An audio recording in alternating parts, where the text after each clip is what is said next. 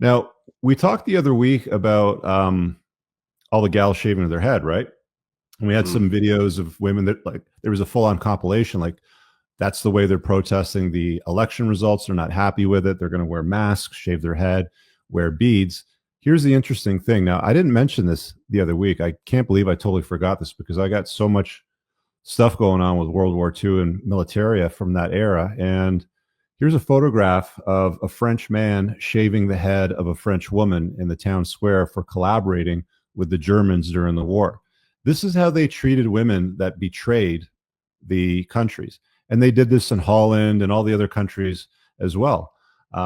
They took women out into town square and they gave it a good shave because they're traitors. It's an illustration of betrayal.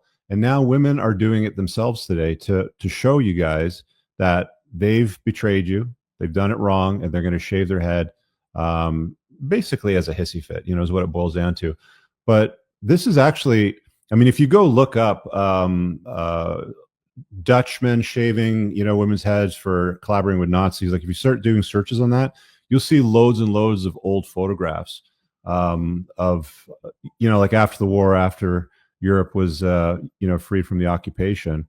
Any woman that was sleeping with the Nazis, collaborating with them, helping them, they were like, "We're going to teach you a lesson. We're going to start with shaving your head." Yeah, now they're doing it for us. So again, please do this. Continue to mark yourselves as women that the majority of us should avoid and will. So, have your little hissy fit, have your little protest. We don't care anymore. We won. It's over for you. Did you hear about the announcement that Trump made to put a cap on interest rates on credit cards? I have heard about this. Yeah.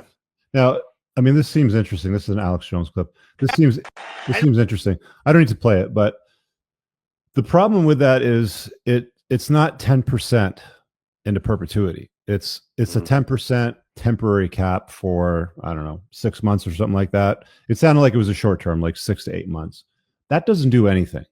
It sounds promising. It sounds like it's useful. And trust me, I had a credit card debt relief business for well over a decade. A lot of the times you'd see introductory rates offered to people here in Canada, like they still do that here. 0%. Get exactly. Yeah. To like transfer balances. And like the whole ploy is you're paying 28% over there, transfer your balance over here for 0%, and you're going to pay 0%. But the fine print is for only 6 months. Right. And then when the 6 months are up, so does any hope of you paying off the credit card debt. In some cases, you might end up with an even higher interest rate than what you had before. It's like a bait and switch. So there's basically what the housing crisis was like. It's basically with credit cards. It's like we're creating a bubble when it comes to credit card debt. Yeah, it's not a good scene, right? It's not a good scene. That's what I got here on my saved notes, Mop. I don't know if you got anything or anything else that you want to table for chopping it up tonight, but I'm good. No, I don't think I had anything. I mean, I was watching the fights over this weekend. Yeah, it was wild, man. It's a production what they were able to pull off, but yeah, it's wild. That guy just pocketed $40 million, and people just keep showing up. He's a marketing genius. What can you say, man? It's like, you can respect the guy, but you can dislike him. But people watch that guy because they think he's going to get knocked out, and he's laughing all the way to the bank. So that never happens, and he's got it never happens. I think they mentioned during the fight that he was wearing trunks that were $1 million. They were diamond. The whole outfit. Yeah, the whole outfit they said cost like $1 million or something like that. And he came out imagine stupid wearing $1 million boxing trunks.